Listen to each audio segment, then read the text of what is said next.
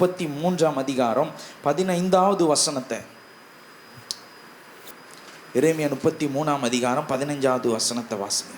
அந்நாட்களிலும் அக்காலத்திலும் தாவீதுக்கு நீதியின்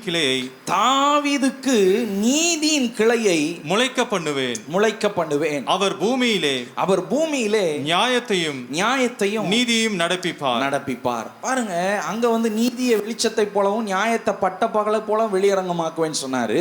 அந்த 140:12 வந்துட்டு நான் சிறுமையானவனுடைய வழக்கையும் அவனுடைய நியாயத்தையும் நான் வந்து கேட்டு அறிவேன், அவர் செய்வாரு அப்படின்னு சொல்லிட்டு நீதி உள்ள தேவன் அப்படின்றாரு.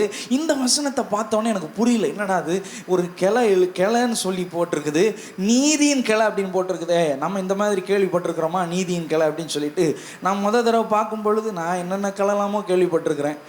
நம்ம வீட்டில் வளர்க்குற மரத்தினுடைய கிளை, கொய்யாக்கா மரத்தில் இருக்கிற கிளை, இல்லை தென்னை மரத்தினுடைய கிளை, இல்லை வேறு என்னென்ன மரம் இருக்குது.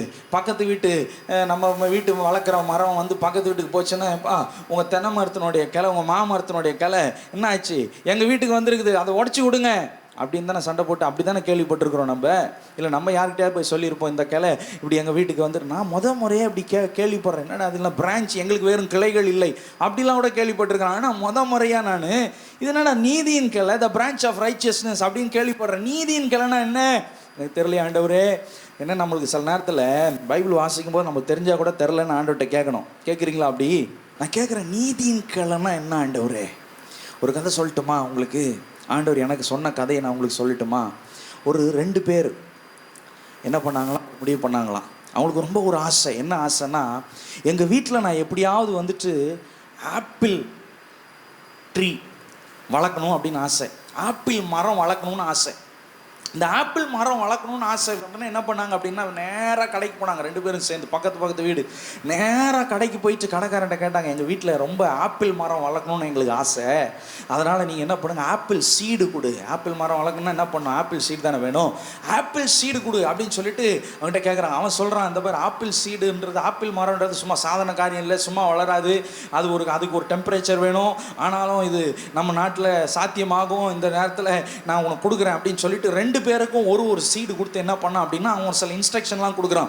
நீங்கள் இப்படி தான் வந்து நீங்கள் இவ்வளோ ஆழம் தோண்டி நீங்கள் வந்து அதை வந்து நட்டி வைக்கணும், அதை புதைச்சி வைக்கணும், அதுக்கப்புறம் தினமும் தண்ணி ஊற்றணும், கொஞ்சம் செடி வளர்ந்த உடனே அதுக்கு வந்து அழகாக வந்து அதை ப்ரொடெக்ஷன் பண்ணணும், தினமும் இந்த மாதிரி பயிரெலாம் போடணும் அப்படின்னு நிறைய காரியம் சொல்கிறான். ஓனா கரெக்டாக உன்னித்து கவனிக்கிறாங்க. ஏன்னா வந்து அவங்களுக்கு ரொம்ப ஆசை, எங்கள் வீட்டில் ஆப்பிள் ட்ரீ வந்தே ஆகணும், ஆப்பிள் மரம் வந்தே ஆகணும் அப்படின்னு சொல்லிட்டு. அதே மாதிரி வந்து அவன் சொன்ன மாதிரி இன்ஸ்ட்ரக்ஷன் எல்லாம் புதைச்சி வைக்கிறாங்க. நாளாவது கொஞ்சம் கொஞ்சமாக ஒவ்வொரு நாளும் புதைச்சி வச்சுட்டு ஒவ்வொரு நாளும் வந்து பார்க்குறாங்க. ஒவ்வொரு நாளும் எங்கே வளர்ந்துருமா, ஆப்பிள் மரம் வந்துருமா, செடி வந்துருமான்ட்டு பார்த்தா ஒரு நாள் திடீர்னு 2 பேருக்கும் பார்த்தா சின்ன ஒரு இலை வந்துருச்சு. ரொம்ப ஆசைப்பா, பயங்கரமான சந்தோஷமாயிட்டாங்க இவங்க.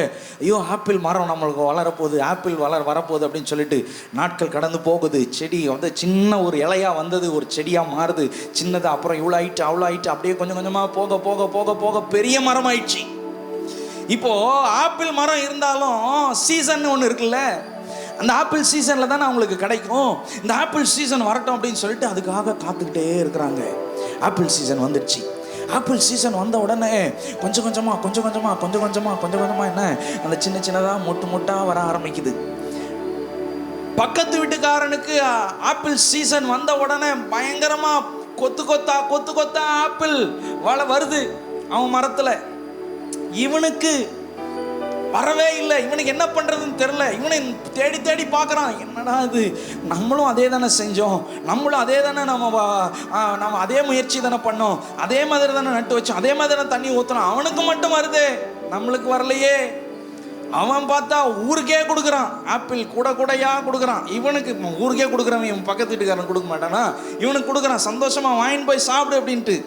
இவனு வெளியே சந்தோஷமாக இருக்குது, வீட்டுக்குள்ளே போய் உட்காந்துட்டு அழுகுறான். ஐயோ, எனக்கு மட்டும் இல்லையே, இவ்வளோ பெரிய மரம் தண்டத்துக்கு வளர்ந்துருக்குதே, எனக்கு ஒரு ஆப்பிள் வந்தாலும் நான் மனசு தேத்திக்குவேனே, ஒன்று கூட வரல.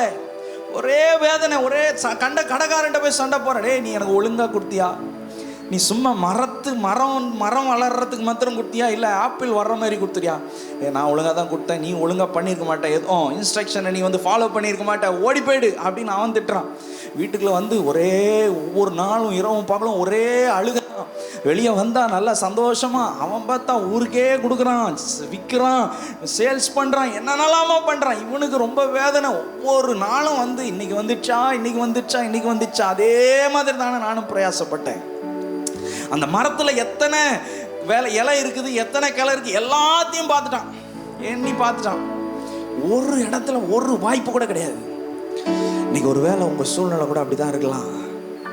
நானும் நல்லா ஜெபம் பண்ணினேன், நானும் நல்லா கண்ணீரை விதைச்சனே, நானும் இன்னும் நல்லா எல்லாமே பண்ணினேன். மற்றவங்களுக்கெல்லாம் இருக்குது, எனக்கு மட்டும் ஏன் ஆண்டவரே இது நடக்குது, எனக்கு மட்டும் ஏன் ஆண்டவரே இது மாற மாட்டேங்குது, எனக்கு மட்டும் ஏன் ஆண்டவரே வரல, என் நீதி எங்க போச்சு, நான் பட்ட பிரயாசம் எங்க போச்சு? இந்த நீதின்னு இருக்கு பார்த்தீங்களா, அதுதான் எதுனா நாம பண்ற ஜெபம், நாம விடுகிற கண்ணீர். எப்போ விடுறோம், எந்த சூழ்நிலையை விடுறோம், அதெல்லாம் அப்படியே சேர்ந்து தான் ஆண்டவர்கிட்ட நீதியா போகுது. அதுதான் என் நீதி எங்க போச்சு ஆண்டவரே, நான் செய்த பிரயாசங்கள் எங்க போச்சு? ஒவ்வொரு நாளும் வேதனையோடு உடைக்கப்பட்டு, ஒவ்வொரு நாளும் கஷ்டப்பட்டு, ஒவ்வொரு நாளும் வெளியே வந்து பார்த்து உடைக்கப்பட்டு போய் தினமும் தூங்குவான் போய் இரவுல. இன்னைக்கும் அப்படிதான், இன்னைக்கும் மாறாது, இன்னைக்கும் சூழ்நிலை மாறாது, இன்னைக்கும் வராது, இன்னைக்கும் வரல, இன்னைக்கும் நடக்கலை, இன்னைக்கும் எதுவும் வருமானு நினைச்சேன் வரல. ஒவ்வொரு நாளும் அப்படி போய் இரவுல. ஒரு நாள் வெளியே வந்து பார்க்குறான். அவனுக்கு தெரியும்ல எல்லாம் எங்கெங்கே எப்படி கிளை இருக்குதுன்ட்டு. ஒரு நாள் பார்த்தா அப்படியே ஒரு வித்தியாசமான கோணலும் மாணலுமான ஒரு புது கிளை ஒன்று முளைச்சிது.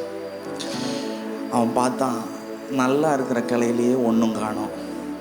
இதில் என்னத்தை வரப்போகுது அப்படின்னு சொல்லிட்டு வழக்கம் போல் போய் அழுது படுத்துட்டான்.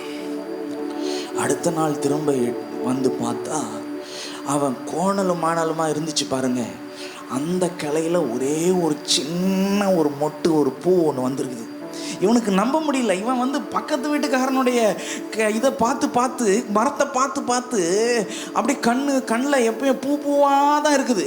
எதை பார்த்தாலும் பூ மாதிரி தான் இருக்கும். இப்போ நம்மளுக்கு அப்படி தான், அது நம்ம எதிர்பார்க்குற ஆசீர்வாதம், ஐயோ இப்போ வந்துருமா, இன்னைக்கு வந்துருமா, நாளைக்கு வந்துருமா, இப்படி இருந்துருமா, அப்படி இருந்துருமான்னு சொல்லிட்டு நம்மளும் கூட அப்படியே யோசிச்சுக்கிட்டே இருந்திருப்போம் பாருங்க. யோசிக்கிறதுனால நம்ம மைண்டில் இருந்துக்கிட்டே இருக்கும்.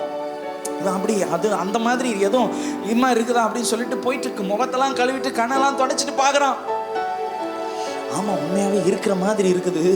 சரி ஓகே அப்படின்னு சொல்லிட்டு போய் கன்ஃபார்ம் பண்ணிடலான்னு சொல்லிட்டு நேரம் மரத்து மேலே ஏறிட்டு கிட்ட போய் பார்த்தான். கோணலும் மாணலுமா இருக்கிற அந்த கிளையில பார்த்தீங்கன்னா மனையில் ஒரு சின்ன ஒரு முட்டு, ஒரு பூ, ஆப்பிளை வர வைக்கிறதுக்கான ஒரு அறிகுறி. அதை பார்த்த உடனே எனக்கு ரொம்ப சந்தோஷம். எனக்கு என் ஜெபத்துக்கு பதில் வந்துருச்சு, ஏன் நான் பட்ட பிரயாசத்துக்கெல்லாம் பதில் வந்துருச்சு, நான் பட்ட எல்லா கஷ்டத்துக்கும் ஒரு பதில் வந்துருச்சு. அதனால நான் சும்மா விடக்கூடாது, இந்த கிளைக்கு நான் ஒரு பேர் வைக்கணும். என் பதிலுக்கு, என் ஜெபத்துக்கு பதில் கொண்டு வந்துச்சுல்ல, என் நீதியை கொண்டு வந்துச்சுல்ல இது. அதனால நான் இந்த கிளையை பார்த்து நான் சொல்றேன், இது நீதியின் கிளை. என் ஜெபத்துக்கு பதில் கொண்டு வந்த அந்த நீதியின் கிளை இது அப்படின்னு பதில் சொன்னான். இப்படி இவ்வளோ தூரம் ஆண்டவர் என்ன மகிழ்விச்சு, ஆண்டவர் வந்து ஒரு சின்ன வார்த்தை தான் நீதியின் கிளைன்ற வார்த்தை. அவர் சமூகத்தில் இருக்க அவ்வளவு நம்மளை மகிழ்விப்பார் ஆண்டவர், நம்மளை சந்தோஷப்படுத்தி பார்ப்பார். அவர் தான் எனக்கு எல்லாமேன்னு சொல்லிட்டான்னு வைங்களேன், பிரச்சனையெல்லாம் மறந்துட்டு அவ்வளவு சந்தோஷப்படுத்துவார். இவ்வளோ பெரிய கதையை அவர் சொல்லி என்னை மகிழ்விக்கணும்னு ஆசையா, உங்களெல்லாம் மகிழ்விக்கணும்னு ஆசையா, உங்களுக்கெல்லாம் ஒரு ஆறுதல் கொடுக்கணும்னு ஆசையா அவருக்கு. ஆண்டவர் நம்மளை நேசிக்கிறார்.